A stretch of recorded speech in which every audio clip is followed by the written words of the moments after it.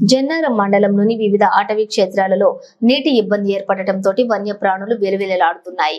ఎండల తీవ్రత పెరగటంతో జన్నారం అటవీ క్షేత్రం పరిధిలోని నీటి వనరులు ఎండిపోయాయి. ఇందన్పల్లి అటవీ రేంజ్లోని ఉన్న నీటి వనరులు అడుగంటటంతో ఉదయం అడవి బర్రెలు అడవిని విడిచి బయటకు వచ్చి మిషన్ భగీరథ లీకేజ్ వాటర్ ను తాగి అడవిలోకి వెళ్లాయి. వన్యప్రాణుల కోసం అడవిలో నీటి ఇబ్బంది లేకుండా చూడాలని ప్రజలు కోరారు.